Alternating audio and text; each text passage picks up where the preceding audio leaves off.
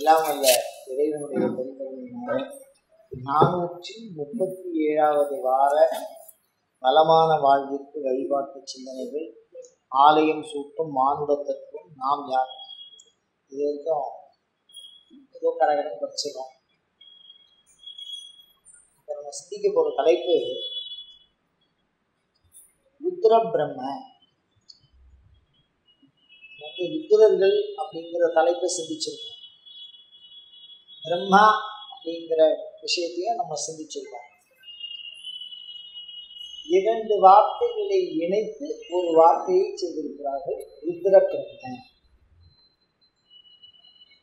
இப்ப நம்ம எந்த இடத்துல இருக்கோம் சிந்திச்சுட்டு வர விஷயம் எந்த இடத்துல இருக்குன்னா கஜாரோகணம். அந்த கஜாரோகணத்துல ஏதோ மந்திரங்கள் குருக்கள் சொல்லிட்டு இருக்கா. அந்த சொல்லிட்டு இருக்கிறதுல இருக்கக்கூடிய சில வார்த்தைகளை நாம் கூர்ந்தாய்வு செய்வோம். அவ்வளவுதானே. என்னென்ன சொல்றாலோ அதுல கொஞ்சம் கொஞ்சம் மந்திரங்கள்லேருந்து அந்த வார்த்தை எடுத்துக்கணும்.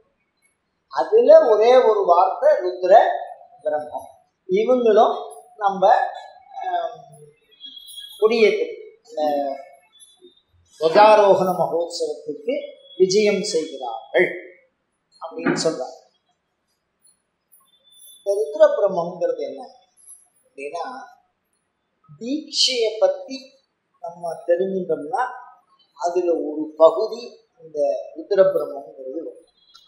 அதுவும் சைவத்தை பத்தி விளக்கமா தெரிஞ்சிருந்தால் இந்த வார்த்தையை நம்ம கேள்விப்பட்டிருக்கோம்.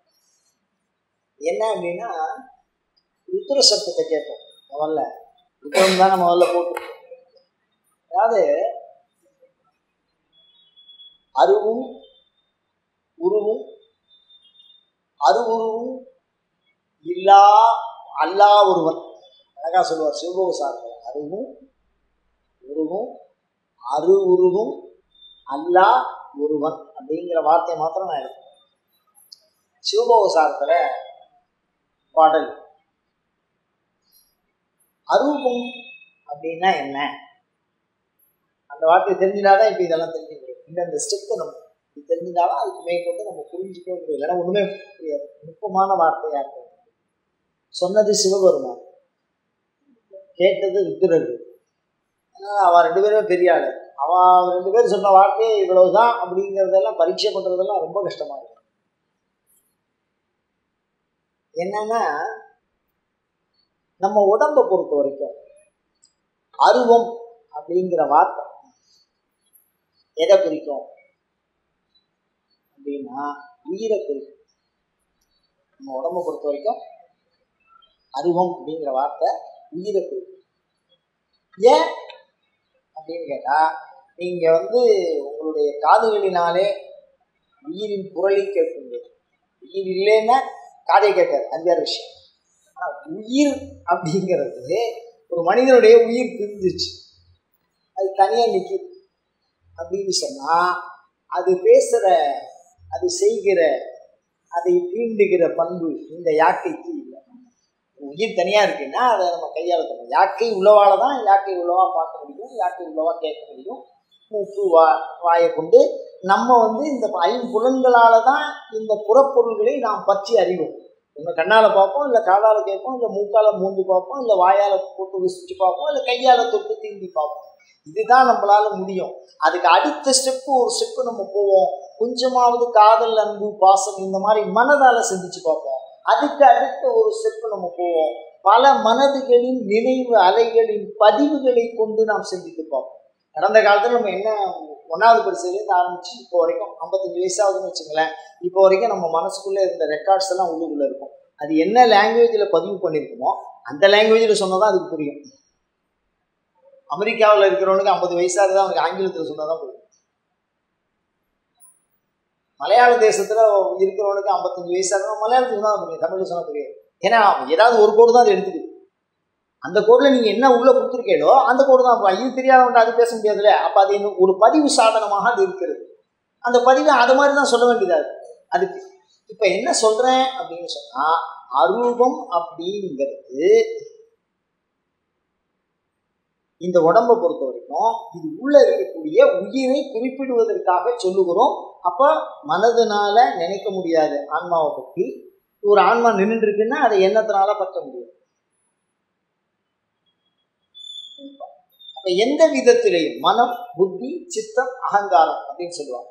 இந்த 4 ஐவகை புலன், இந்த புலன்களினாலே பற்றி அறிந்து ஒன்றை புரிந்து கொள்ள முடியாத வஸ்துவாக எது இருக்கிறதோ, எது அருவமாக இருக்கிறதோ அதுக்கு ஆன்மான்னு பேர்.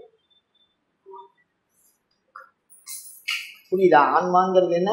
அருவம். அப்ப நீங்க இதை பத்தி எது புரிஞ்சுட்டாலும் அது ஆன்மா இல்லை. அது மாத்திரம் ஞாபகம். ஆன்மாவை நான் கண்டேன் பொய், ஆன்மாவின் குரலை நான் கேட்டேன் மிகப்பெரிய பொய். ஆன்மா இல்லாமல் கேட்க முடியாது, அது வேற விஷயம். ஓகேவா? அது அருவம். சரி, உருவம்னா என்ன? அருவம். சாமியை பத்தி விளக்கம் கொடுக்குறா பாருங்க. சிவபோசாரம் வாழ்ந்தவன். ஏன்னா சிவபெருமான் சிபாரிசு பண்ணி தீட்சை எடுத்துட்டார். அதனால அவருக்கு தெளிவா தெரியும் உருவம்னா என்ன அப்படின்னு கேட்டா, இறந்த பிறகு எது எஞ்சி இருக்கிறதோ அது உருவம் அப்படின்னு ஒரே வார்த்தை. என்னது? இறந்த பிறகு ஒரு வஸ்து விட்டா ஏதோ ஒண்ணு இருக்கே அப்படின்னு சொன்னா அது என்னது? உருவம். அப்ப அருவம்னா என்ன? இறப்பதற்கு காரணமா இருந்தது எதுவோ அதான் அருவம். அது இருக்கிற வரைக்கும் அது போனதுக்கு அப்புறம் அது போயிடுது. அந்த அருவம் போயிடுது, இந்த உருவம் போயிடுது, இந்த உருவத்தினுடைய இயக்கம் போயிடும். அப்படித்தானே? அரு உருவம்னா என்ன? அருவம்னா ஓரளவுக்கு ஆன்மான்னு புரிஞ்சுக்கிறோம், உருவம்னா உடம்புன்னு புரிஞ்சுக்கிறோம். அரு உருவம்னா என்ன? ஒரு சின்ன உதாரணம். ஏன்னா உதாரணத்துக்கு உதாரணம் கொடுத்துட்டே போகலாமே தவிர சுபாவத்தில் அனுபூதியில் அடையிறதெல்லாம் அவளை மாதிரி சன்னியாசிகளுக்கு தான் சாத்தியம்னு நினைக்கிறேன். குருஞான சம்பந்தர் அந்த மாதிரி ஆளுக்கு தான் சாத்தியம்னு நினைக்கிறேன். என்ன அப்படின்னா, ஒரு வண்டி வச்சிருக்கேன் சார். அந்த வண்டியை உருவம்னு சொல்லலாமா? அதை இயக்க முடியுது நம்மளால, எல்லாமே நம்ம கையில். இந்த வண்டி உங்களுக்கு தானான்னு எனக்கு சந்தேகம். என்ன மாதிரி ஆள் தள்ளின்னு வந்துட்டான்னு வச்சுக்கோங்க, எனக்கு ஓட்ட தெரியாது. இருந்தாலும் வண்டி வச்சிருக்கிறது ஒரு 4 லட்ச ரூபா வண்டி. எப்படிமா வச்சு தள்ளிட்டு போகிறேன். எனக்கு போலீஸ்காரன் தம்பி இங்கே ஏன் வண்டி ஒன்றுதான்னு கேட்பேன். அதுவும் ராத்திரி 12 மணிக்கு போகிறேன்னு வச்சுங்களேன், அதுவும் லாக் ஓப்பன் பண்ணாமல் போகிறேன்னு வச்சுங்களேன், புரிய வைக்கிறவங்க அவன் என்ன பண்ணுவான்? தம்பி வாங்க, அப்படியே வண்டி அப்படி ஓட கேட்கணும். நீங்கள் யாரு? அந்த வண்டி உங்களுக்கு தான். இந்த வண்டி என்னதுன்னு சொல்லணும். நான் என்ன பண்ணேன்? உங்களுக்கு தெரிஞ்சதான் சொல்றேன், பெரிய விஷயமா சொல்ல. அப்பாடா, அந்த ஒரு விஷயம் தான் என்ன புரிய வைக்கிறது. இந்த ஆர்சி புக்குன்னு ஒன்று இருந்ததுன்னா கண்டிப்பா இந்த வண்டி என்னதுன்னு ஒத்துப்பான். அப்படிதானே? அந்த ஆர்சி புக்கு என்னதான் இருக்கிறதுக்கு நான் என்ன பண்ணியிருக்கணும்? என்னோட படம் அதுல இருக்கணும். இந்த மூஞ்சியும் அந்த மூஞ்சியும் பார்ப்பான். இந்த வண்டி நம்பரையும் அதுல இருக்கிற நம்பரையும் பார்ப்பான். ஏன்னா ராத்திரி 12 மணிக்கு பெயிண்ட் அடிச்சு எழுதியிருக்க முடியாது அப்படிங்கிற ஒரு நம்பிக்கையில இருக்காம. அதெல்லாம் தாண்டி என்னென்னலாம் பண்றான், அது வேற விஷயம். நான் வேற எதையும் பேசல. உங்கள் பாதார விண்ணங்களை வணங்கி கேட்டுக்கொள்கிறேன். நான் புரிய வைக்க முயற்சி செய்கிறேன், அவ்வளவுதான்.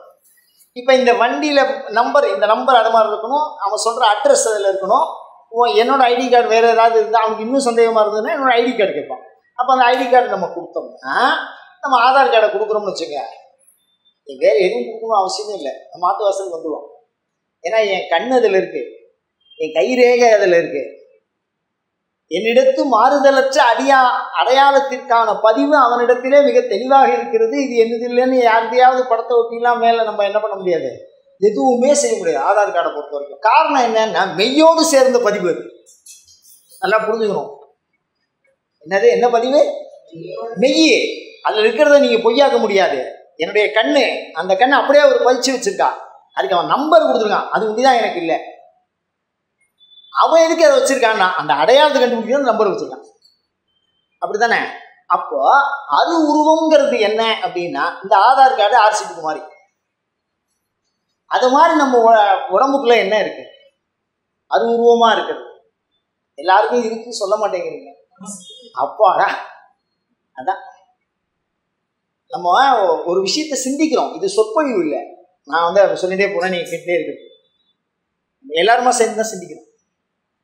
சிவனை பற்றி சிந்திக்கணும், அதுக்கு ஏதாவது ஒரு விஷயம் வேணும், அதை பற்றி நம்ம எல்லாரும் சிந்திக்கணும், அவ்வளோதான் விஷயம். இந்த மனம்தான் அருவுருவம். அப்போ உருவம் உடல், மனம் அருவுருவம், ஆன்மா அருவு, அப்படிதானே? இதெல்லாம் வேற வேற பார்ட். இது அது கூட சேராது, அது இது கூட சேராது சார். இந்த மனம்ங்கிறது எப்போ உள்ள வருதுன்னு நமக்கு தெரியல, எப்போ வெளியில போகுதுன்னு தெரியல. பெரிய ஊத்துருமா இருக்கே.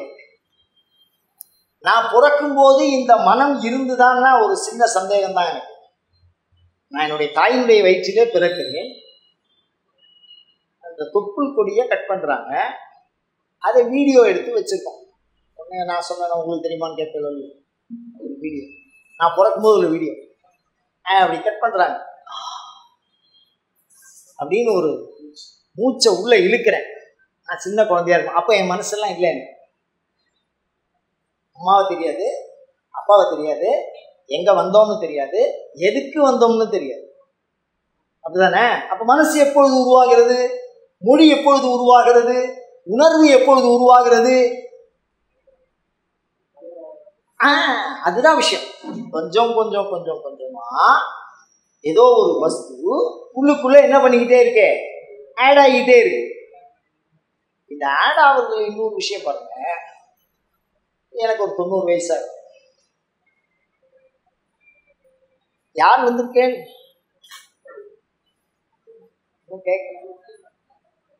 வேற வந்து சொல்றாங்க,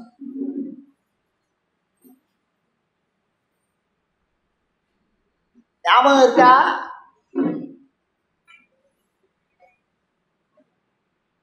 எதுவும் இல்லை. என்ன பண்ண? இப்ப சின்ன குழந்தைக்கு ஏறிக்குன்னு சொல்றீங்க, அங்க உள்ளவனுக்கு டோட்டலி போயிடுது. ஒன்று ஒன்றா போயிட்டு இருக்கேன். பேசுறதே பேசிட்டுப்பா, நல்லா கவனிச்சு பாருங்க. பெரியவா அந்த காலத்துல 60 வயசு ஆகிட்டேன், அதெல்லாம் சந்தேகமே இல்லை. என் காலத்துலேருந்து ஆரம்பிச்சாங்கன்னா பேசாத ஆளே இருக்க கூட. நீங்கள் தள்ளி இருந்து கவனிக்கணும். ஒரு 8 வயசு பையனாக இருந்தால் விளையாட்டை பற்றி பேசுவான், 16 வயசு பையனாக தான் ட்ரெஸ்ஸை பற்றி பேசுவான். அவன் பெரிய கவலையே முகத்தில் இருக்கிற பொருள் தான். 60 வயசாக இருந்தால் அவனுடைய சர்வீஸை பற்றி பேசுவான். தாங்க முடியாது நம்மளால. அதுக்குள்ளே நம்ம தலையை போட்டோம்னா தாங்கவே முடியாது. ஏன்னா தேஞ்சிற கடை மாதிரி தான் இருக்கும். அதை நல்லா தனியாக இருந்து கவனித்து பார்க்கணும் நம்ம. இப்போ இந்த விஷயம் என்ன புரிய வேண்டியதாக இருக்குது, நம்ம என்ன புரிய வேண்டியதாக இருக்குன்னா, மனம் என்பது அது உருவம், அதனுடைய படைப்பு உடல் வந்து வெளியில புலன்கள் ஈடுபட்டதுக்கு அப்புறம் உள்ள வர விஷயமா இருக்கு, அதோட பதிவாக தான் இருக்கு. இப்போ இந்த மனம் என்ன செய்யுதுங்கிறது எதுவா இருந்தாலும் நினைவலைகளாக பதிவு செய்கிறது. அதுதான் மனதோட வேலை. மனதோட வேலை நினைப்பதுங்கிறது வேற, 5 புலன்களையும் ஒருங்கிணைப்பது என்பது வேறு. மனம் இல்லைன்னா 5 புலனையும் ஒருங்கிணைக்க. ஏன்னா கண்ணு பார்க்கும், படையோட ஷேப்பு தெரியும், ஆனால் அதோட வாசனையை மூக்கு தான் அறியும், அதனுடைய சுவையை நாக்கு தான் அறியும், அதனுடைய சூட கை தான் அறியும். நான் கண்ணை வச்சிருந்து அதுக்கு எந்த சென்டிகிரேட்ல இருக்குன்னு சொல்ல முடியாது. அதுக்கு எது தெரியுமோ அதான் தெரியும், அப்படிதானே? அப்ப 5 வகையினாலேயும் ஒன்றாக இணைக்கின்ற கலனை மனது செய்கிறது. அது மாதிரி மனது என்ன பண்ணுது? அடுத்தது நினைவலைகளாக எதையும் மாற்றுகிறது. அது அந்த அந்த வேலை மனதோட வேலை.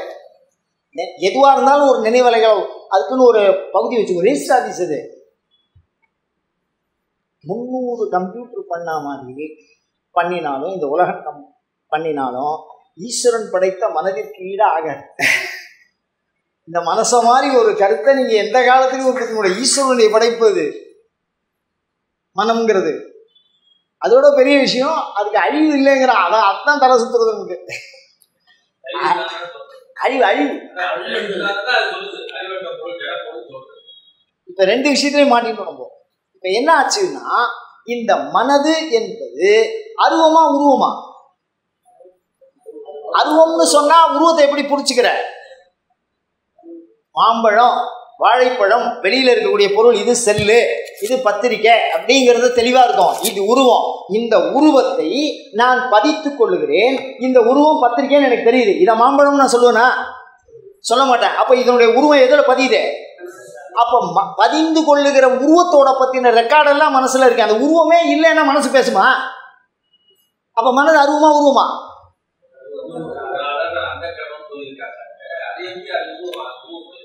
அப்போ அருவங்கிறது எப்படி? நீங்க சொல்றது மனது அப்படிங்கிறது உருவாகணும் அப்படின்னு சொன்னா ஒரு வெண்திரை இருந்தா தானே நீங்க படம் ஓட்ட முடியும். அதுல நீங்க ஓட்டினா தானே. மனம் என்பது அறிவுருவம். எப்பொழுது யாக்கை உடலோடு ஒட்டிய போது புரிஞ்சுக்கணும். அது எந்த பக்கமும் தாவும், இந்த பக்கமும் தாயும், அந்த பக்கமும் தாயும். மனம் என்பது அருவம் உடலை விட்டு யாக்கை நீங்குகிற போது. ஏன்னா பாவ புண்ணிய கணக்கு அதுல இருக்கு. அது பிடிச்ச எடுத்தாதான் அடுத்த பிறவிக்கு உண்டான வித்து அதுல இருக்கு. அவன் எவன் பாவம் பண்ணியிருக்கான், என்னென்ன புண்ணியம் பண்ணியிருக்கோம், எந்த புலனோட வந்திருக்கோம், போன பிறவியில் என்ன பாவம் சேர்ந்தோம், ஆட் பண்றதுக்கு அது வேணும். அது இல்லாம ஆக்க முடியாது. யாக்கை அப்படிங்கிற சொல்லும் உடல் என்கிற சொல்லும் ஒரு பொருள் சொல். ஆனா என்ன விசேஷம்னு கேட்டீங்கன்னா, யாக்கை இறைவனால் நமக்கு கட்டித்தரப்பட்டது. யாத்தல்னா கட்டுதல்னு அர்த்தம். முறைப்படி கட்டப்பட்டது. இந்த இடம் இப்ப நான் இருக்கேன், ஒரு ஒரு முடி வெட்டுற தொழிலாளி இருக்கார். அவருக்கு தகுந்த மாதிரி ஒரு சேர் போட்டுக்குவாரு. அந்த உட்காந்து சொல்ற சேர் வேணும், தலையை சாட்சி சவரம் பண்றதுக்கு எல்லா விஷயமும் வேணும். அவர் அதுக்கு தகுந்த மாதிரி ரெடி பண்ணுவார். இப்ப நான் போய் ஒரு ரெடி பண்ணுறேன்னு வச்சுக்கோங்க, விநாயகர் வச்சு தண்ணி இங்கே ஊற்றும், தண்ணி இங்கே வெளில போகணும், காலில் படக்கூடாதுன்னு நான் அதுக்கு தகுந்த மாதிரி அந்த ரூம் ரெடி பண்ணுவேன். அப்படிதானே? ஒரு கடைக்காரர் வர்றாரு, அவர் இந்த இடத்துல முன்னாடி ஸ்டேஜெல்லாம் வச்சு வெளியில் உள்ளாத வராத மாதிரி. அப்போ அது என்னது? எனக்கு தகுந்தாற்போல்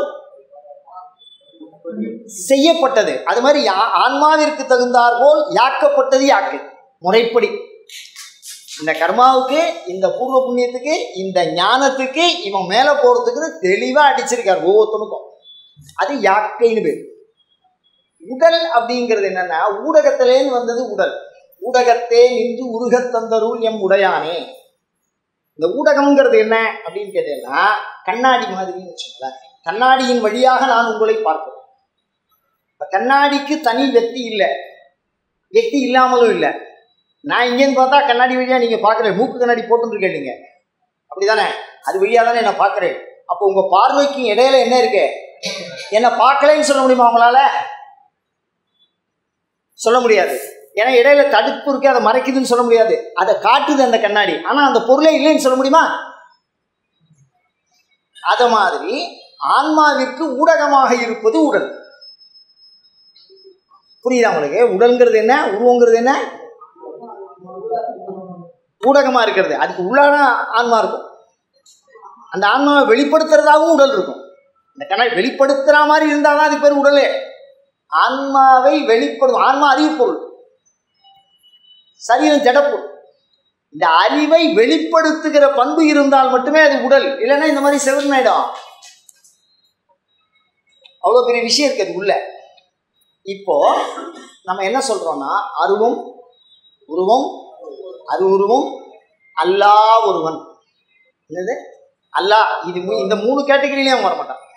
இந்த 3 அருவமானு கேட்டால் அதுலேயும் சிவம் வரமாட்டான், உருவமானு கேட்டால் அதுலேயும் சிவம் வரமாட்டான், அருவுருவமானு கேட்டால் அதுலேயும் சிவம் வரமாட்டான். அல்லா ஒருவன் அப்படின்னு சொன்னான். இப்போ இந்த 3த்தையும் வளர்த்தாதான் அறிவு வரும். 3த்தையும் வளர்த்தாதான் நீங்க ஆன்மாவை தெரிஞ்சுக்க முடியும். தன்னை உணர்தல் அப்படிங்கிறது உடல் வேணும், அதில் உயிர் வேணும், அதுல மனம் வேணும். அந்த மனம் எந்த அளவுக்கு செம்மையா, மனத்தின் கண் மாசு இல்லைனாதல் அனைத்து அரண் ஆதி உல நீர பிறங்கிறான். வேற அரணை இல்லைங்கிறான் வள்ளுவன். சம்ஸ்காரா சித்த சுத்தியர்த்தம். சதாச்சார விஷயங்கள்லாம் பேசுறது, வேதத்தை பிரமாணமா வச்சிருக்கிற ஸ்ருதியெல்லாம் சொல்றது சம்ஸ்காரா சித்த சுத்தியர்த்தம், மனம்தான். இப்ப இந்த மனம் அறிவுருவம். அறிவுருவம் ஏன்னா அதுல பதிஞ்சிருக்கிறது உருவம், அது அல்ல. அந்த பதிஞ்சிருக்கிற உருவத்தை அப்படியே எடுத்துட்டோம்னா போன பிறவியில் என்ன இருக்குன்னு தெரியாது. ஆனா ஞானியர்கள் இந்த மந்திரத்தினால போன பிறவியில என்ன இருக்குன்னு எடுத்துருவாங்க. போன பிறவியில என்ன அவளுக்கு அப்படியே அந்த மனசை அவளால் என்ன கண்டுபிடிக்க முடியும், அந்த லேயர் வரைக்கும் போக முடியும். நம்மகிட்ட ஒரு பாயிண்ட் இருக்கு.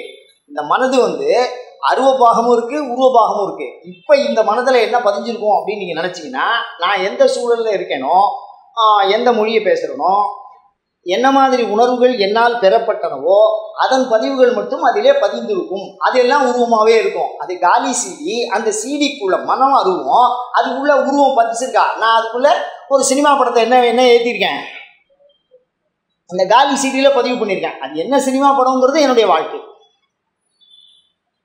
அப்படியே அந்த லேயர் தனியாக பிரிஞ்சிடும்.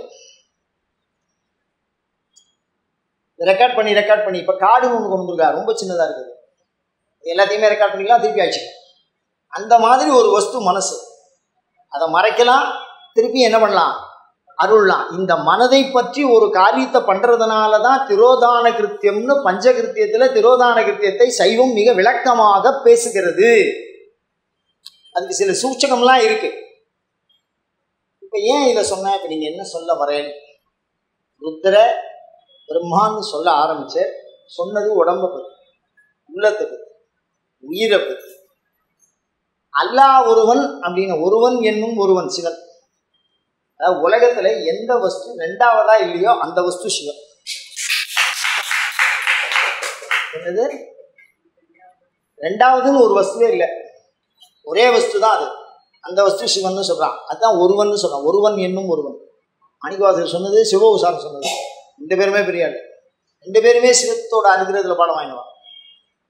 அதனால அல்லாஹ் ஒருவன் சொல்றான். இந்த ஒருவனை சிவன் என்று கொள்வோம். அல்லாது அப்படின்னு சொல்றான். இந்த அல்லாது அப்படிங்கிற வார்த்தையை நல்லா புரிஞ்சிட்டோம்னா, இந்த உடல் நன்றாக இருக்க வேண்டும், அப்பொழுது உள்ளம் நன்றாக இருக்கும்.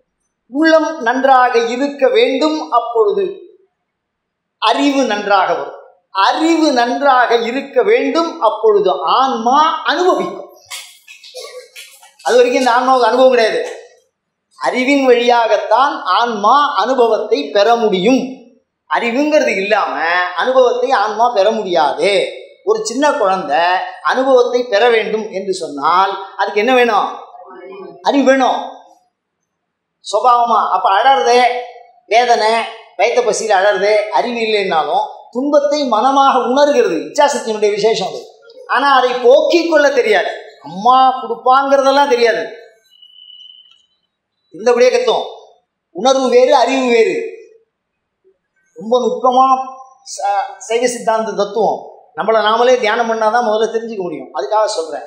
இப்போ என்ன விசேஷம்னா, உடலுக்கு நல்லது 4 இட்லி சாம்பார். உங்களுக்கு எதாவது பிடிக்குமான்னு தெரியல, பார்த்துக்கலாம், அட்ஜஸ்ட் பண்ணிக்கலாம். உள்ளத்திற்கு நல்லது 4 இட்லி சாம்பார் சொல்ல முடியுமா? சொல்லுங்களேன். 2 வடை வாங்கி தரேன், உள்ளம் சமாதானம் ஆகும். அதெல்லாம் ஆக உடம்பு தான் ஆகும். உள்ளத்திற்கு என்னது, உள்ளத்திற்கு நம்ம என்ன வேணும், ஒரு உள்ளம் வளர வேண்டும் அப்படின்னு சொன்னா மனம் வளர வேண்டும். என்ன செய்யலாம், இப்போ உடல் வளர்றதுக்கு வழி கண்டுபிடிச்சிட்டோம், உள்ளம் வளர்றதுக்கு வழி இன்னும் கண்டுபிடிக்கல. உள்ளம் எப்பொழுது வளப்படும் அப்படின்னு சொன்னா பகவான் கீதையில சொல்றான் பாருங்க, அதுதான் கரெக்ட். எப்பொழுது என் வசப்படுகிறதோ அது சரியான மனம்.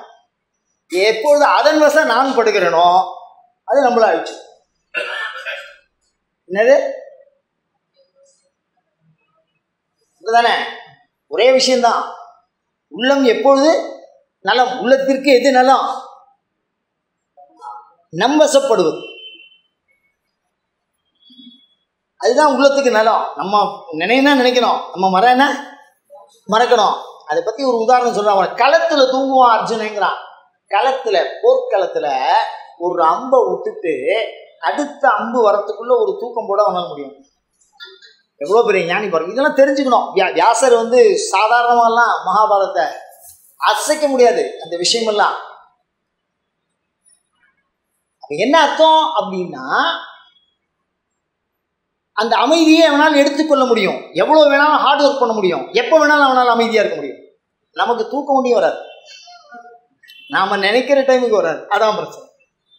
பஸ்ஸில் வடபழனியில ஏறி உட்கார்ந்துட்டு லிபர்ட்டியில இறங்கணும். அதுக்குள்ள தூங்கிடுவாங்க. லிபர்ட்டியில இறங்குவான், முழிச்சுக்குவான். தூங்குறது அவன் கையில முடியும், முழிச்சுக்கிறதும் அவன் கையில இருக்கு. நம்ம கிட்ட தூங்குறது நம்ம கையில இருக்கு. நான் எத்தனையோ தடவை அந்த மாதிரி பயணத்தில் வழி தவற விட்ட வாய்ப்பு எனக்கு இருந்திருக்கு. அதான் அடியனுக்கு இருக்கிறதுனால அதை நான் தெளிவாக சொல்கிறேன். எங்கேயோ உட்காந்து பேந்த முடிப்போம், எங்கேயோ ஓரத்து சீட்டாக இடம் தூங்கிடும். அந்த மாதிரி ஒரு தூக்கம் நம் வசம் இருக்கும். அந்த கண்ட்ரோல் இருந்தால் தான், அடக்கமுடைய மனது நம் வசம், அதுதான் அதுக்கு நல்லது. அப்போ அறிவுக்கு எது நல்லது? சாஸ்திர ஞானம் வெகு கிளேசம்ங்கிறான் ஒரு இடத்துல. தூக்கி வாரி போடுறது. சாஸ்திரங்கள்லாம் படின்னு நம்ம சொல்கிறோம், ஃபாலோ பண்ணுன்னு நம்ம சொல்கிறோம். எப்போ சொன்னான்னா எல்லா சாஸ்திரத்தையும் போட்டு குழப்பி ஏகப்பட்ட சாஸ்திரத்தை படிச்சுட்டோம்னு வச்சுக்கோங்க, என்ன ஆகிடும்? பஞ்சாமிரம். அதாவது அந்நிய சாஸ்திரம் நப்பிரவர்த்தி. வேற சாஸ்திரத்துக்குள்ளே என்ன போகாதீங்க, படிக்க வேண்டாம்னு சாஸ்திரம் ஒரு இடத்துல சொல்கிறதுன்னா, நீ படிச்சேன்னா படிக்காமல் அதுக்கு என்ன? நம்ம குழம்பாமல் இருக்கிறதுக்கு அது தெளிவு சொல்கிறது. அது எந்த வழியில் இருந்தாலும் 10 வண்டி இருந்தாலும் ஒரு வண்டியில் தானே போகலாம். எனக்கு 10 கார் இருந்தாலும் ஒன்றுதெல்லாம் பயணம் பண்ணலாம். அதனால் எதுக்கு சொல்கிறேன் அப்படின்னா, அப்போது உடலுக்கு நன்மை செய்ய வேண்டியது வேற மாதிரி இருக்குது, உள்ளத்துக்கு நன்மை செய்கிறது வேற மாதிரி இருக்குது, உயிருக்கு நன்மை செய்ய வேண்டியது வேற மாதிரி இருக்க வேண்டியதாக இருக்குது. இப்போ இதில் ரெண்டு இந்த பக்கமும் ஒன்று அந்த பக்கமும் போயிடும். என்ன அப்படின்னா, உயிருக்கு நன்மை எப்படி சார் பண்ண முடியும்? காண்ற உடம்புக்கே பண்ண முடியல, உள்ளத்துக்கு அதை விட அது மாதிரியா இருக்கு இதுதானே. அப்போ உயிருக்கு எப்படி நன்மை பண்ணுவேன்? செத்து போனவனுக்கு நன்மை எப்படி பண்றது? செத்து போயிட்டான் ஆன்மாவா இருக்கு, எப்படி நன்மை பண்ணுவேன்? அது வரைக்கும் சாப்பிட்டான்னு சொன்னான், அதுக்கப்புறம் பிண்டம்ங்கிறான். அது வரைக்கும் தண்ணி குடிச்சான்னா, அதுக்கப்புறம் தர்ப்பணம்ங்கிறான். இதுதானே இதுதானே சொல்றோம். அப்ப செத்தவனுக்கு ஆன்மாவுக்கு போய் சேர்றதுக்கு வேற விதமான வழி இருக்கு, வேற விதமான பிரசன்டேஷன் இருக்கு. நீங்க ஒரு இறந்தவனுக்கு போய் எதையும் கொடுத்துட முடியாது, அப்படிதானே? அப்ப அதுக்கு ஒரு வழி தனியா இருக்கா இல்லையா? அப்போ இது எல்லாத்துக்கும் நன்மை பண்ணணும்னா ஒரே வடிவத்தால முடியுமா? ஒரே வடிவத்தால முடியாது. அதனாலதான் உடல் என்கிற வடிவத்துக்கும் உள்ளம் என்கிற வடிவத்துக்கும் நன்மையை செய்யும் போது அவன் பெயர் சிவம். புரியுதா உங்களுக்கு? இந்த உடல் உள்ளம் நீங்கிய பிறகு இந்த உடல் தனியா கைண்டு விழுந்துடும், இந்த உள்ளம் தனியா கைண்டு நிற்கும், இந்த ஆன்மா தனியா நிற்கும். நீங்கிய பிறகு ஆன்மாவிற்கு நன்மை செய்கிறவர் ருத்ரன். இப்ப இதுல என்ன விஷயம் அப்படின்னு கேட்டா, நல்லா கவனிச்சு பாருங்க. ஆத்மார்த்த சிவபூஜை பண்ணும்போது இந்த வார்த்தையை பயன்படுத்துவாங்க. இன்னைக்கும் பார்த்தீங்கன்னா இறந்து போய் தீட்சை எடுத்துட்டோம்னா அவளுக்கு பக்கத்தில் ஒரு பானை ஒன்று வைப்பா, அதில் ருத்ர கும்பம்னு ஒரு கும்பம் வச்சுருப்பான். அது பக்கத்தில் அதில் அவனுக்கு துணையா உயிர் துணை நின் பதமேம்பர், உடம்பு தனி உயிர் தனி. அந்த உயிர் பண்பை மிக அழகாக காத்து தருகிறவன் ருத்ரன். உயிர் இருந்தால் தான் இந்த உடலும் உயிர் வரும். ஆனால் இது அழியும், ஒன்று அழியாமல் அழிஞ்சு நிற்கும், ஒன்று சுத்தமாக அழிவுக்கும் அழியாமல் அழிஞ்சு நிற்கிறதுக்கும் அப்பாற்பட்டு நிற்கிற ஆன்மா. இது எல்லாவற்றுக்கும் நன்மையை செய்கின்ற பண்பைத்தான் என்ன சொல்லுவோம்? ருத்ரன் சிவன் சொல்லுவோம். இப்போ இதை எப்படி காமிக்கிறது? பிராக்டிக்கல்ல எப்படி இதை காமிக்கிறது அப்படின்னா, சைவத்தில் தீட்சை எடுத்துட்டு பூஜை பண்ணும்போது அம்பாள் பேரை சொல்லி சுவாமி பேரை சொல்றோம். என்னது? முதல்ல அம்பாள் பேர் தான், முதல்ல அம்பாள் தான்.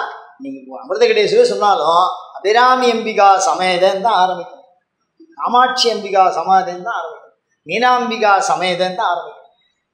இந்த சமேத போட்டு சொன்னா அது உடலுக்கும் நன்மை, உயிருக்கும் நன்மை, உடலும் உருவமாக இருக்கக்கூடிய மனதுக்கும் நன்மை, சிவம். அதுக்கப்புறம் போடுற சப்தத்தில் அம்பாள் சேர்க்க மாட்டோம். எதுக்கப்புறம் அந்த தீட்சையில அப்புறம் அந்தியஷ்டின்னு பண்ணுவான். தீட்சை எடுத்துன்ற வாழ்க்கெல்லாம் அதை இறக்குவான். அப்படி இறக்கும் போது பார்த்தீங்கன்னா அம்பாவை சேர்க்க மாட்டான். சேர்க்காம யாரை பண்ணுவா? அது ருத்ரன். அம்பாள் இல்லாமல் இருக்கிறவர் யாரு? ருத்ரன். அம்பாலோட இருக்கிறவர் யாரு? சிவன். அம்பாலோட இருந்தால் உடல் உள்ளம் உயிர் எல்லாத்துக்குமே என்ன நன்மை? ஏன்னா நான் வாழறேங்கும் போது எனக்குள்ள உயிர் இருக்கு, எனக்குள்ள மனசு இருக்கு, இருக்கா இல்லையா? உடல் இருக்கு, உயிர் இருக்கு, மனசு இருக்கு. அப்போ மூணுத்துக்குமே நன்மை பண்ணணும்னா சிவம் வேணும். அதனால ஒய்ஃபோட சேர்ந்து பண்ணணும். இப்போ உடல் பிச்சுன்னு போயிடுது, நான் எடுத்து போக முடியாது எந்த லோகத்துக்கும். ஒரு 10 நிமிஷத்துல தரேங்கிறான் இப்பெல்லாம் சாம்பல். மேலே காத்தா அப்படியே கருப்பா போயிடும். என்ன மாதிரி வாழ்ந்த வாழ்க்கை, எவ்வளோ பெரிய பிரச்சனை, எவ்வளோ பெரிய சிந்தனை, ஒன்றுமே தெரிய மாட்டேன். அரை மணி நேரத்தில் கையில் கொடுத்து இப்படி போய் பெசன்ட் நகர் பீச்சில் கரைச்சிட்டு போடாதான். அப்போ உடல் என்ன ஆகிடுது? போயிடுச்சு. நம்ம நிலைக்கு வரல, உள்ளத்தை பற்றி புரியலை. அந்த ஆன்மாவுக்கு இருக்கா என்ன ஏது திருப்பி வரணுமா, அதுக்கிட்ட பேசணுமா அப்படிங்கிறதுக்கெல்லாம் ரொம்ப சாஸ்திரங்கள் முயற்சி பண்ணியிருக்கு. அதில் வெற்றியும் அடைஞ்சிருக்கு.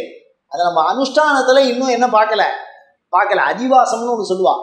இந்த அதிவாசம் பண்ணிட்டு கர்மா பண்ணினா இறந்தவா சொப்பனத்தில் வரணும்.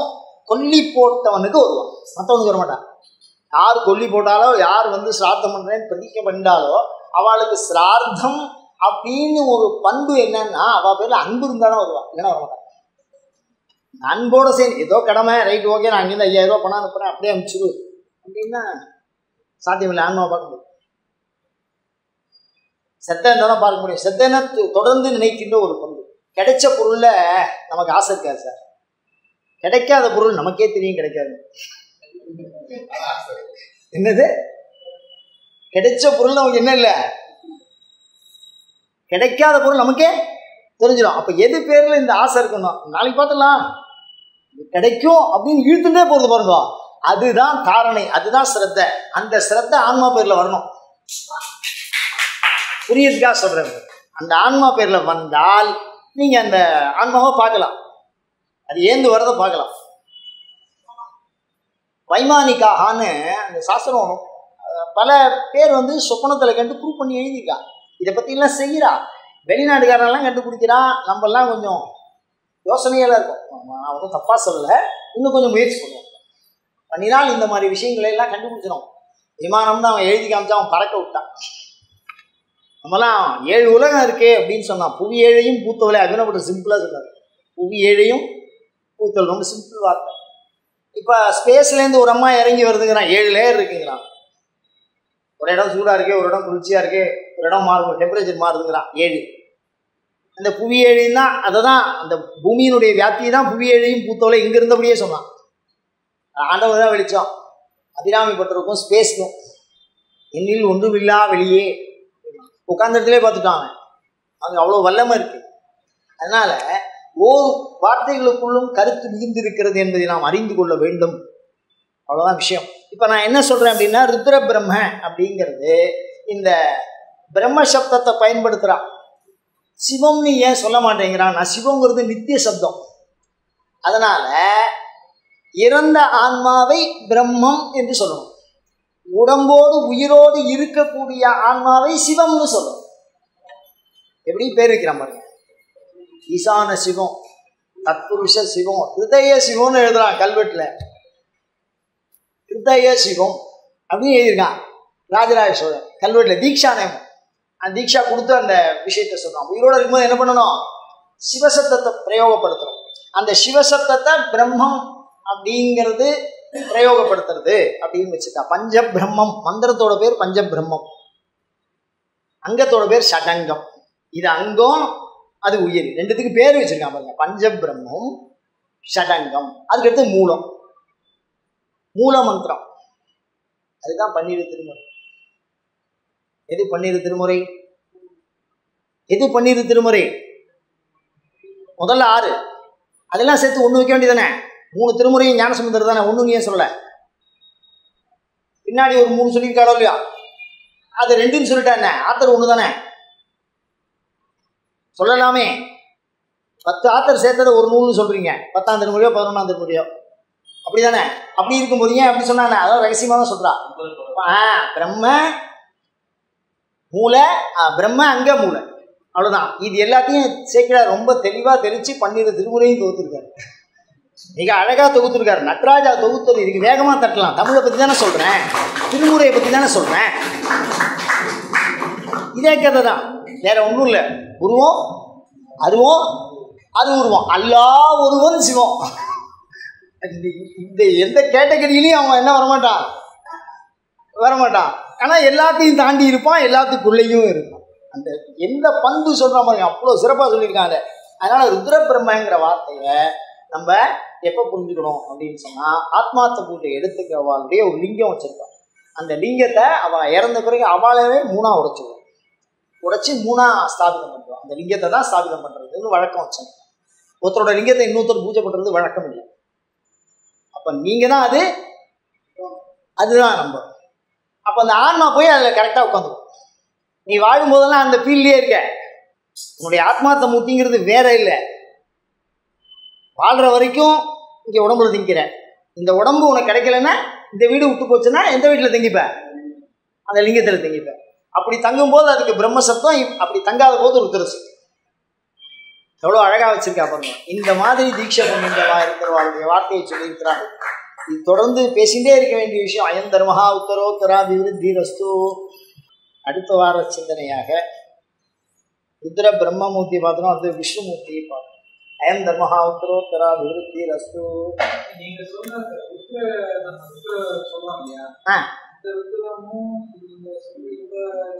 ருத்ர சப்தத்துக்கு வேதம் என்ன சொல்றதுன்னா, பிருத்திவி அப்பு தேயு வாயு அது சம்பந்தமா ஒரு அருள் பொருள் சொல்றது. 5 வகையான ருத்ரம் இருக்குன்னு சொல்றது, அந்த ருத்ரன் வேற.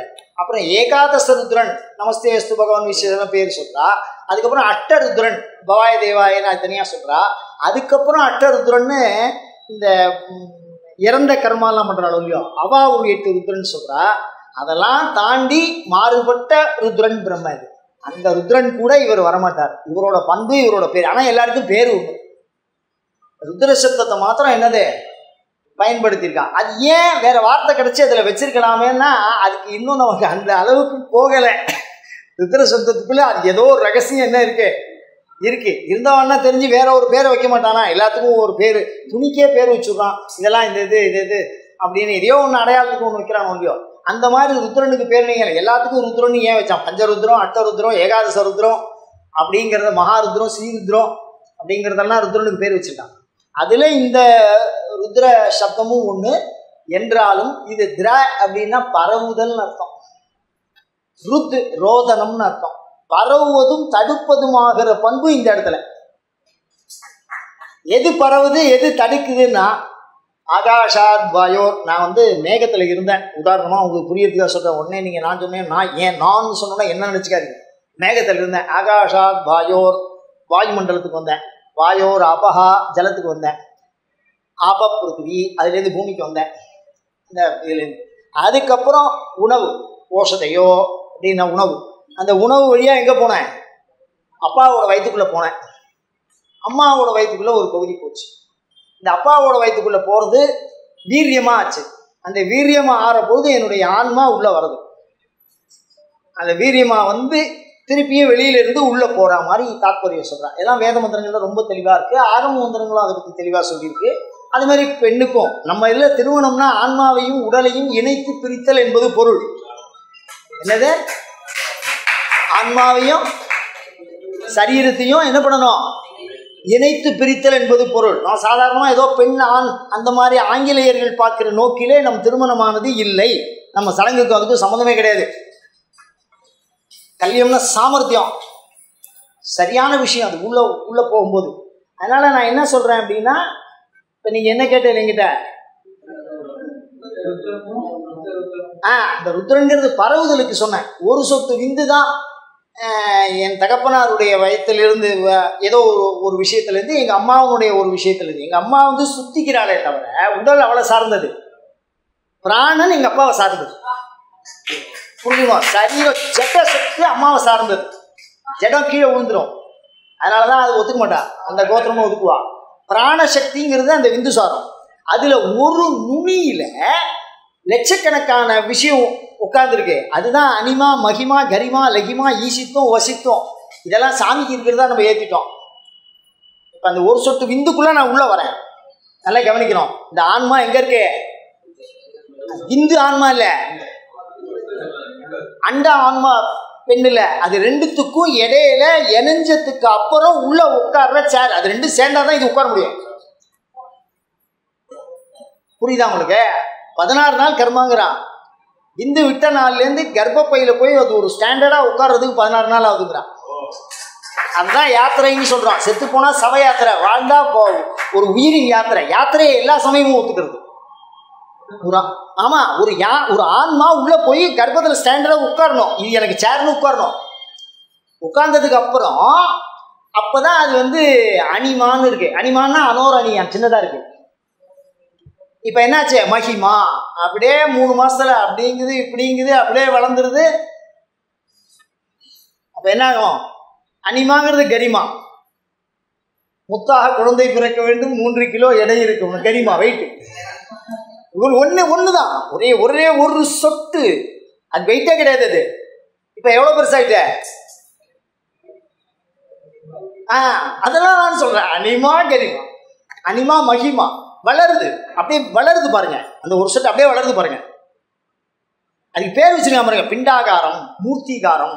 அருமையா இருக்கும். அந்த கர்ப்பாவதரண உபனிஷத்துன்னு ஒரு உபனிஷத்து பிரிச்சு சொல்லியிருக்காங்க. அந்த காலத்துல 2500 வருஷத்துக்கு முன்னாடி ஸ்கேனே இல்லாம எப்படி பார்த்தான், என்ன செஞ்சாங்கிறதே தெரியுது. அவ்வளோ அற்புதமா சொல்லியிருக்காங்க. இப்ப என்ன ஆகுது? கரிமா வெயிட், மகிமா பெருசா இருக்கு, சின்னதா இருக்கு, பெருசா இருக்கு, வெயிட்டா இருக்கு, லைட்டா இருக்கு. அதுதான் இல்லையா? இப்ப செத்து போனோன்னா அப்படியே லைட் ஆயிடும், ஆகாசத்துல பறந்துடும். ஆன்மா பூமியில பதியாது. ஆன்மா பூமியில பதியாது, சரீரம் தான் பதியலாம். மணிக்காசர் சொல்லுவார் பாருங்க, அழகா சொல்லுவார். நிலம் தன்மேல், ஏன் வார்த்தை கிடைக்கலையா? எந்த தேவனாலையும் பூமியில காமிக்கிட்டு நிலம் தோயா, கண் இமையா, இமையோ, ஆன்மா எப்படி பதியும்?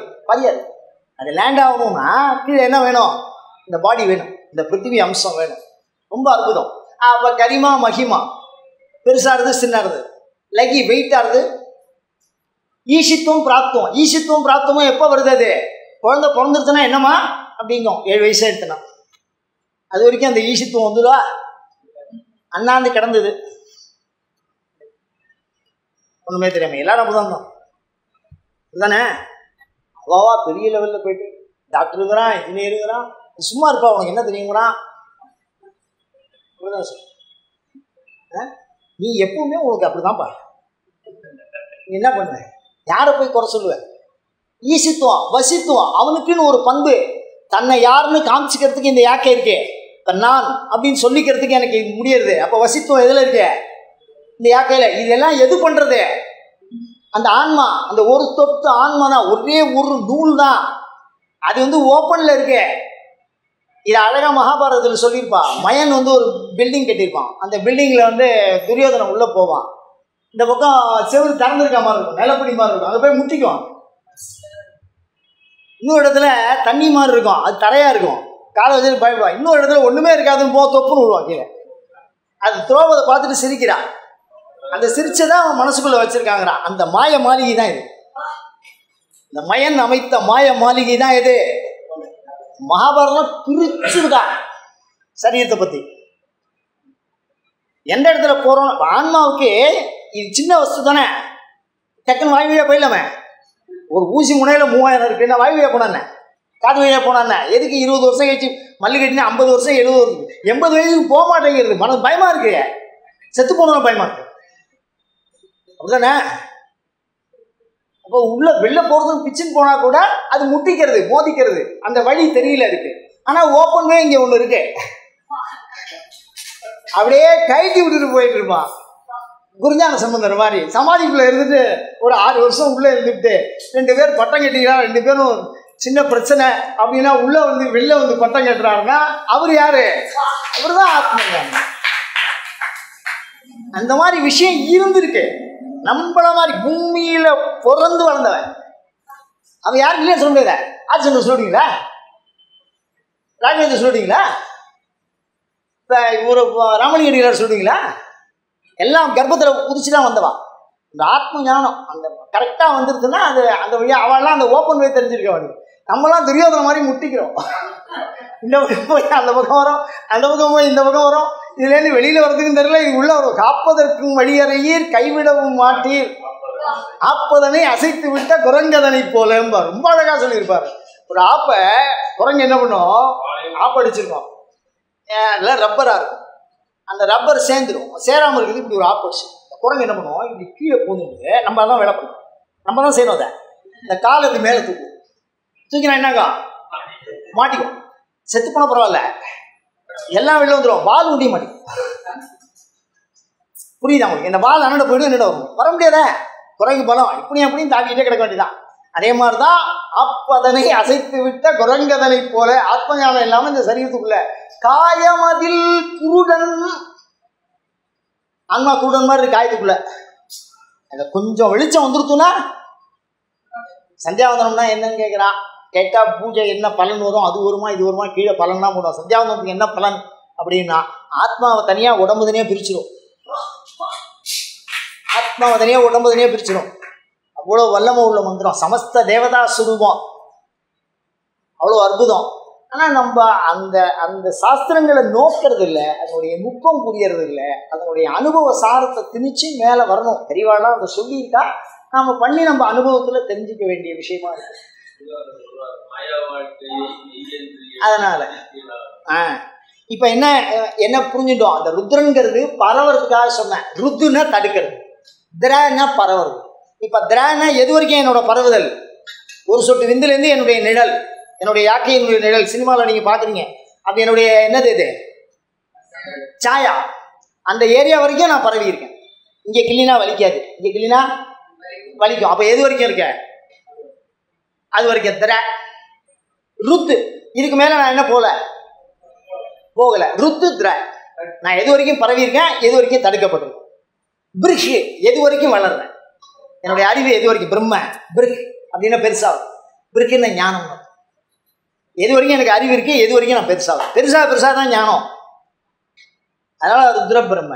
அந்த ஞானம் வர வரதான் அது ஆத்மாவுக்கு அனுபவம் வரும், ஆத்மாவை நம்ம பிச்சுக்க முடியும். ஞானம் வராமல் இந்த விஷயத்தை கூட சதகோடி ஜென்மை இருக்கு. வா ஆதிசங்கர்லாம் வாய்ப்பே இல்லை, அந்த மாதிரி பிரிச்சிருக்காரு. அயம் தர்மஹா உத்தரோத்தரா அபிவிருத்தி ரஸ்து